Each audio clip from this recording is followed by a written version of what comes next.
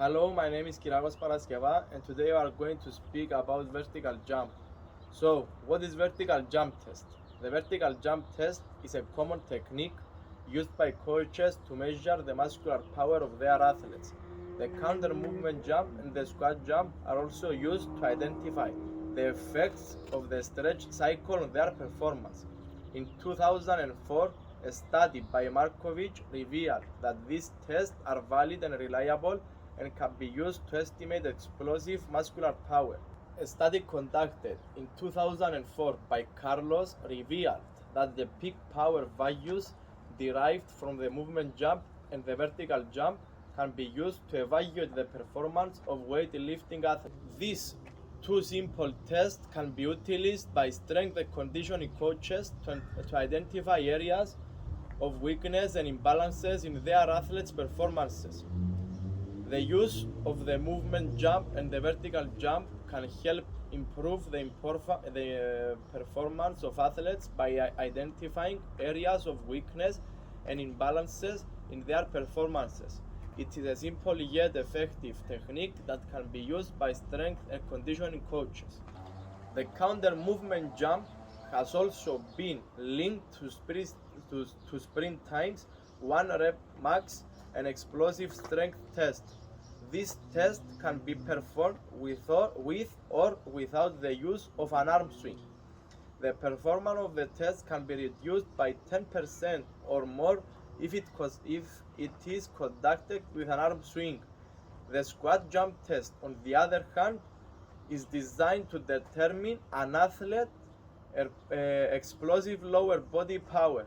The squat jump is widely used to assess leg extensor concentric strength, whereas the counter movement jump employs a counter movement and, as a result of the stretch shortening cycle, typically provides a higher value than the squat jump. However, this is not always the case. It can also be used to assess the lower body's reactive strength. Maximum speed, maximal strength, and explosive strength are all associated to counter movement work performance. Because power is so important in so many sports, coaches have turned to it as a practical and effective tool for measuring and monitoring performance. Counter movement jump has also been connected to 30-meter sprint times and relative strength in the squat and power clean. Additionally, those who do better in the counter movement jump also perform better in 1 rep maximum test, such as the back squat and power clean during sprints. The counter movement jump is a good test for athletes that participate in sports like basketball, football, rugby, Olympic weightlifting, and volleyball, which need a lot of explosive strength. In comparison to other prominent jump tests like the squat jump, balance jump, standing long jump, and standing triple jump, the counter movement jump has also been found to be the most dependable indicator of lower body power. Different instruments can be used to assess counter movement jump and squat jump, but force platforms are the gold standard for measuring counter movement jump in squat jump. So, how we measure squat jump and counter movement jump? Let's start with the squat jump. The participant stands with his legs at hip distance and his arms on his hips, then lowers his body into a semi-squat posture for 3 seconds. After the 10 seconds, he jumps explosively as high as possible, attempting to land in the same position. On the other hand, the counter movement jump does not involve standing with the legs at hip distance and standing from the top, lowering the body until the thighs are parallel with the floor and jumping explosively as high as possible.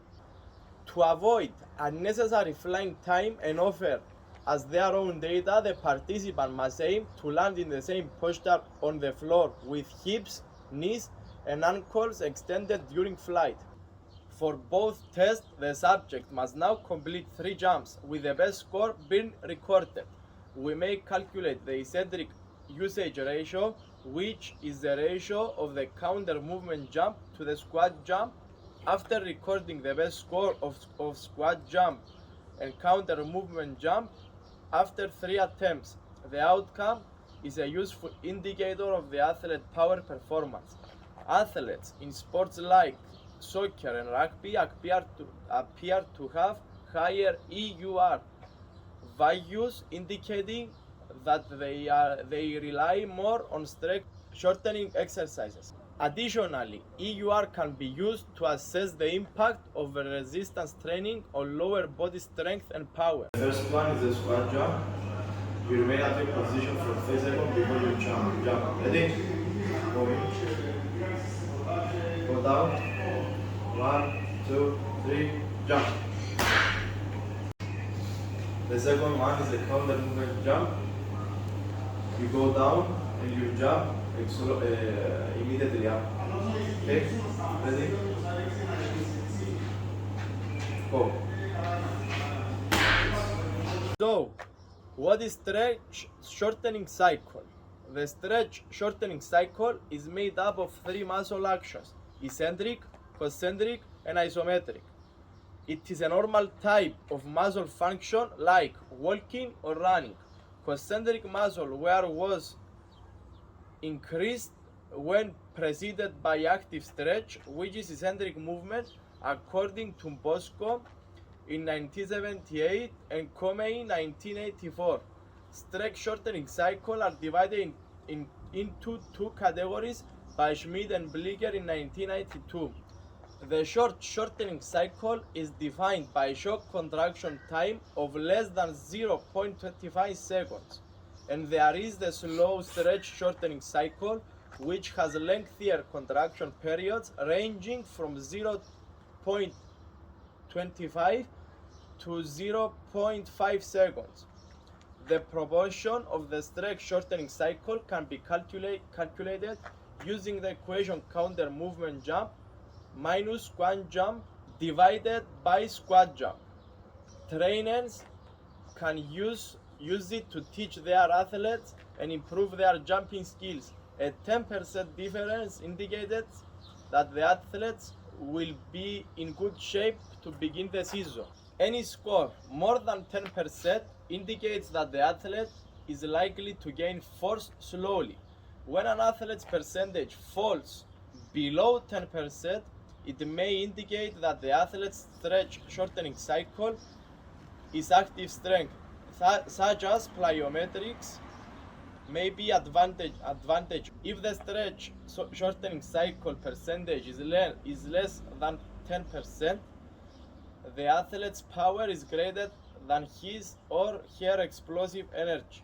The main focus should be on learning how to use the strength shortening cycle properly, which can be accomplished by combining more plyometric reactive training rather than strength training.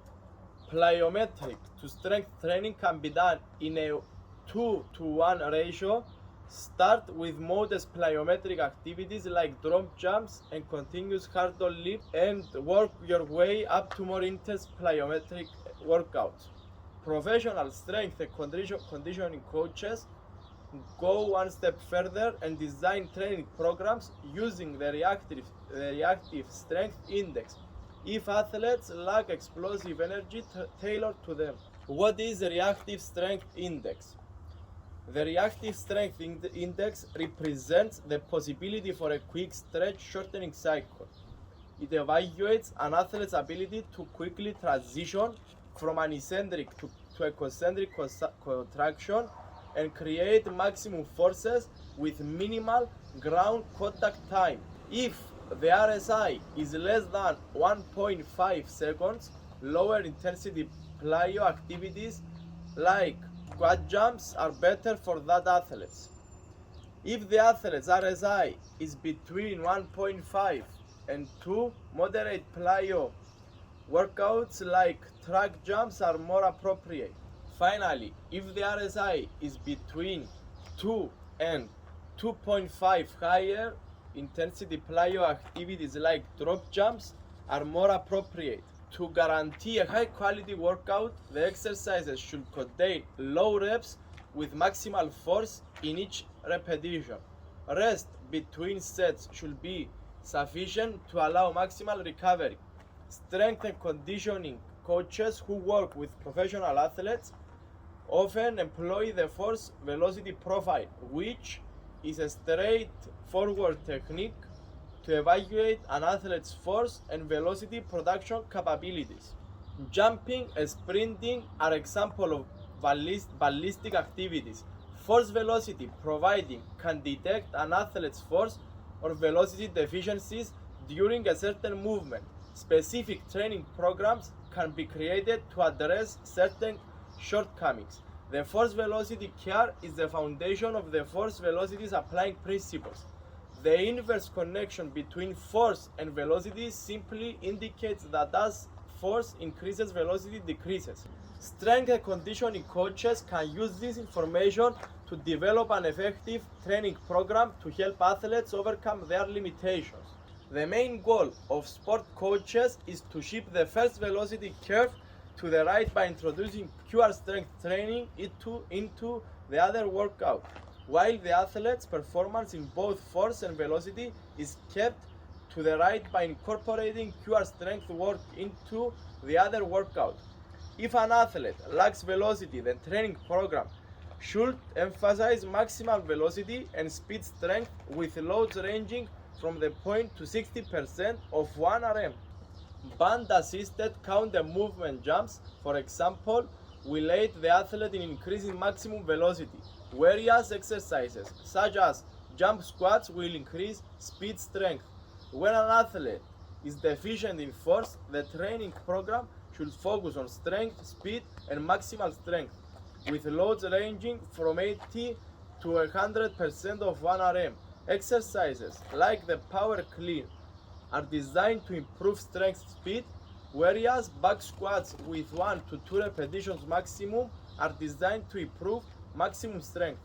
The calculation of peak power is another useful factor for strength and conditioning coaches. Many sports that include jumping require a high level of power output. The ability to quantify jumping power can also aid in evaluating an athlete's growth or determining the effectiveness of a training program. If changes in body mass and jump height are favorable for adding training objectives, the Sayers equation can be utilized. Weightlifting, plyometrics, and weight training all have beneficial effects on lower body strength and power. Weightlifting and plyometric exercises, according to Gary and Hammer in 1992, have a better potential to improve performance than weight training. Baker, also in 1996, claims that dynamic strength training is better to a general strength training program for improving vertical jump. Thank you for watching.